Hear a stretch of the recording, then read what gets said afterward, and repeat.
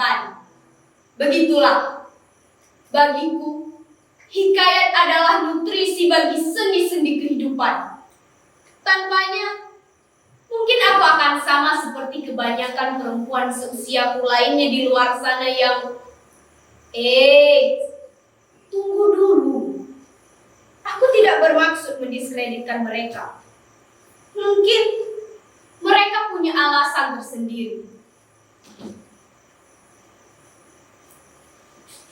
Nanti kalian juga akan tahu maksudku.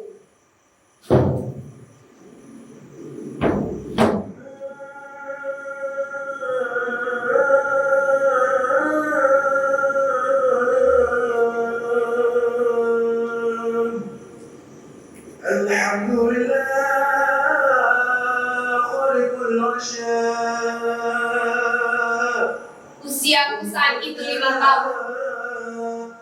Lantunan itu mengiringi setiap jejak langkah hidupku. Suaranya yang merdu dan penuh semangat. Kakekku mendendangkan sebuah hikayat Perang Sabi karya Tengku Chi Pantegulu. Kakekku sangat suka mendendangkan hikayat itu dan juga hikayat-hikayat karangannya sendiri. Rasa bangga itu kian menderai kepercayaan diri ini, karena aku mempunyai keturunan penghikayat dari leluhur kami, termasuk juga ayahku. Ya, ayahku juga seorang penghikayat yang hulu, suatu profesi yang sangat langka di era sekarang. Tapi entah kenapa, akhir-akhir ini aku merasa begitu, bisa dikatakan sedih atau benci. Aku bingung. Ayah begitu marah kepadaku setelah mengetahui aku melantunkan sebuah hikayat di acara perkawinan tetanggaku minggu lalu. Selama ini dia hanya berkata bahwa aku tidak boleh berhikayat tanpa alasan yang jelas. Aku tidak pernah melihat ayah semarah itu kepadaku.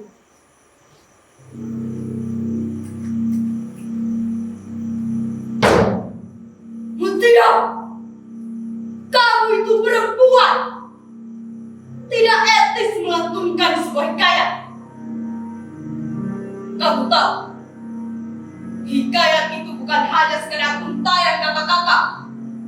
Ia penuh mitologi, sejarah, dan pengajaran moral. Itu sama saja kamu melecehkan kesakralan dari hikayat tersebut.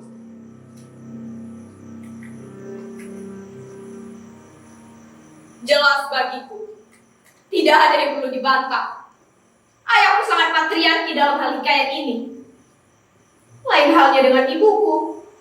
Dia lebih memilih diam dan menyuruhku untuk tidak menentang perkataan ayah. Sebagai seorang anak yang mungkin bisa dikatakan open-minded, aku lebih melihat dampak positif dari lantunan-lantunan hikayat itu.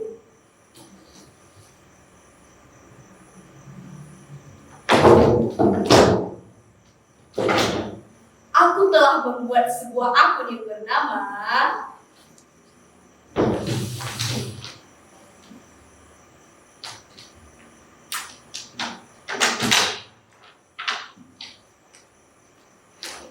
Suara Hikayat.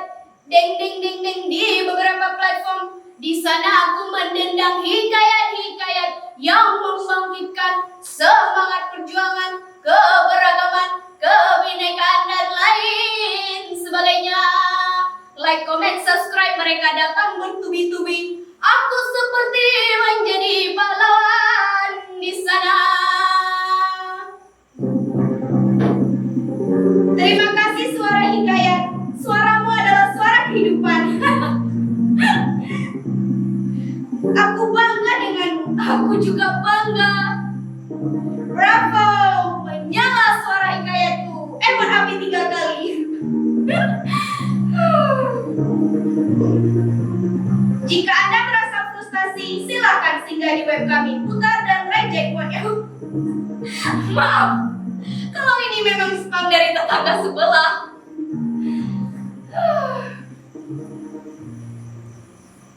Dan di antara ribuan pujian itu, tidak sedikit juga cemoohan yang datang.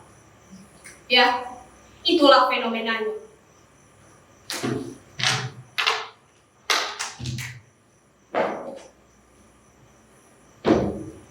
Tapi hari ini, aku merasakan bagaimana rasanya putus harapan. Ayahku sudah mengetahui siapa di balik akun anonim ini. Ia melarang keras segala aktivitas berhikayatku. Itu artinya, ayah sudah memadamkan suara-suara kehidupan, mematahkan semangat-semangat juang, dan mencari beraikan darah hikayat dengan indah tunya. Aku berpikir, sebagai seorang anak dari penerus hikayat satu-satunya di keluarga kami bisa melanjutkan perjuangan-perjuangan itu.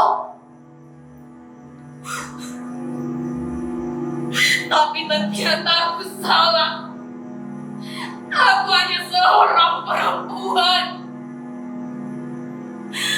Cuma mau viral sampai segitunya. Dia! Dia! Dia!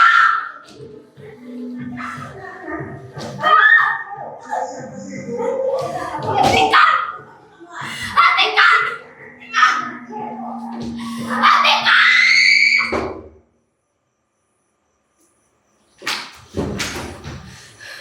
Tidak! Aku tidak akan diam! Bagiku hikayat adalah suara-suara kehidupan. Ia harus dijaga, dilestarikan sepanjang masa. Ia harus masuk ke setiap sudut ruang-ruang kosong yang paling gelap. Kepada siapa lagi harus kita berharap? Atau memang kita ingin warisan dan datu ini punah terlindas roda zaman?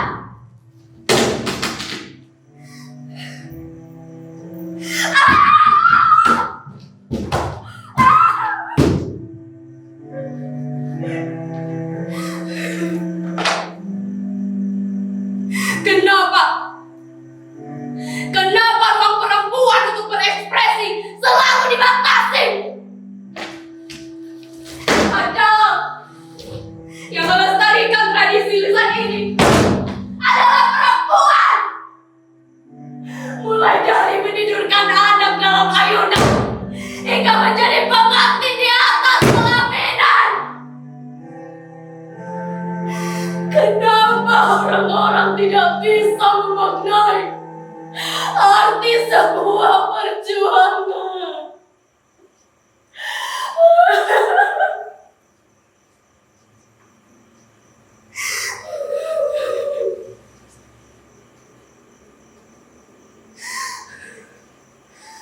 Walau bagaimanapun, aku tidak akan menyerah. Aku akan tetap berhikayat, meski tanpa suara, tanpa wajah. Akan kuganti suara menjadi tulisan yang berbicara.